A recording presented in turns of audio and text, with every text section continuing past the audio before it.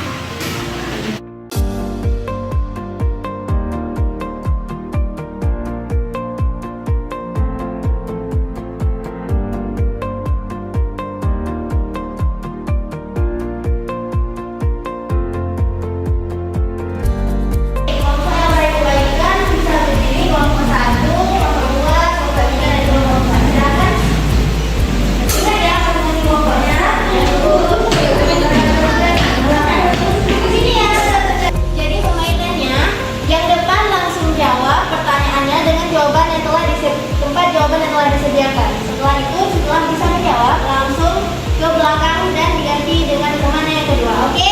Baik. Oke, permainannya akan dimulai dalam 1, 2, 3.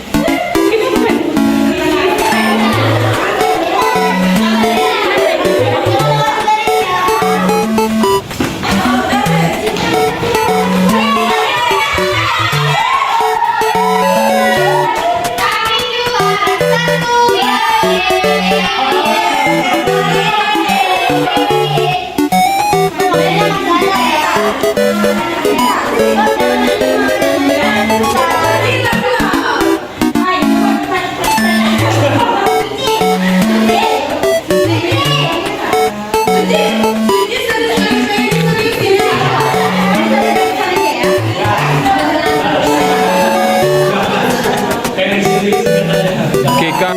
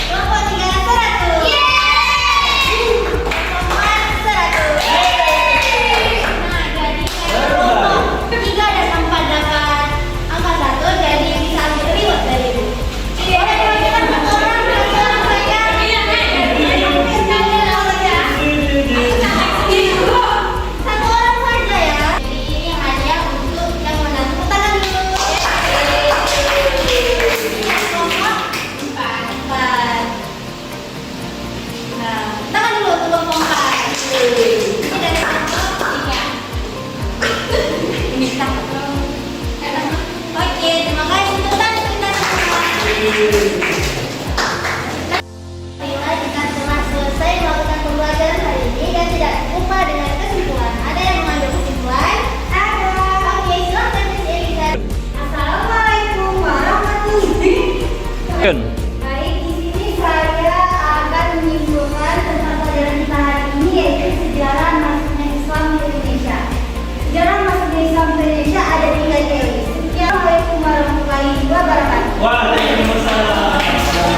Jadi kesimpulan pada hari ini dengan judul sejarah masuknya Islam ke Indonesia. Yang pertama, Islam masuk ke Indonesia pada abad ke-7 dan Islam masuk ke Indonesia melalui jalur maritim.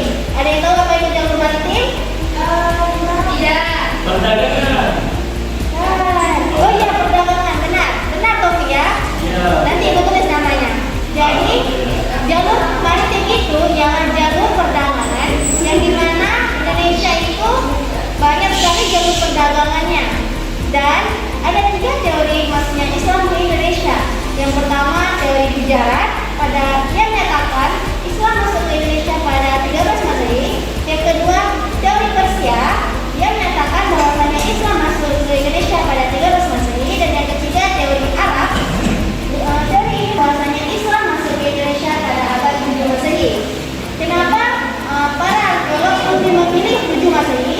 Karena menurut mereka kampung Arab sudah ada pada masa itu, seperti yang telah dijelaskan pada game tadi. Kenapa? Tahun berapakah? Ini pertanyaan tadi, tahun berapakah? Seperti yang telah dijelaskan di pertanyaan tadi, tahun berapakah kampung Arab ini baru ditemukan? Ditemukan sekitar pada abad ke-7 Masehi. Setelah itu, jalur masuknya Islam ke Indonesia itu ada 6. Yang pertama, perdagangan. Jalur perdagangan ini pada awalnya para saudagar itu masuk ke Indonesia untuk berdagang. Jadi pada saat berdagang mereka sambil menyebarkan agama Islam. Dan yang kedua itu jalur perkawinan. Seperti yang kita ketahui, bangsa pribumi ini nggak rame yang Islam, nggak rame Islamnya yang lagi. Jadi yang kedua di bidang perkawinan. Para saudagar yang berdagang yang masuk ke Islam itu memiliki banyak sekali harta kekayaannya, sehingga bangsa pribumi yang wanita-wanitanya itu ingin sekali menikah dengan orang kaya. Akibatnya timbullah pernikahan yang melibatkan agama Islam pada jalur tersebut.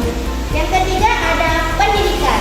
Pendidikan itu para saudagar-saudagar di sini mereka membuat majelis-majelis atau kita kenal sekarang dengan daya, yang dimana daya tersebut akan dimasukkan masyarakat pribumi dengan ajaran yang sesuai dengan adat mereka. Setelah itu ada tasawuf. Tasawuf ini masyarakat Jadi sekian kesimpulan dari hari ini. Dapatkah dipahami anak-anak? Oke, kalau dapat dipahami, berarti kita tidak ada media lagi karena nilainya sudah diambil dari sini ya.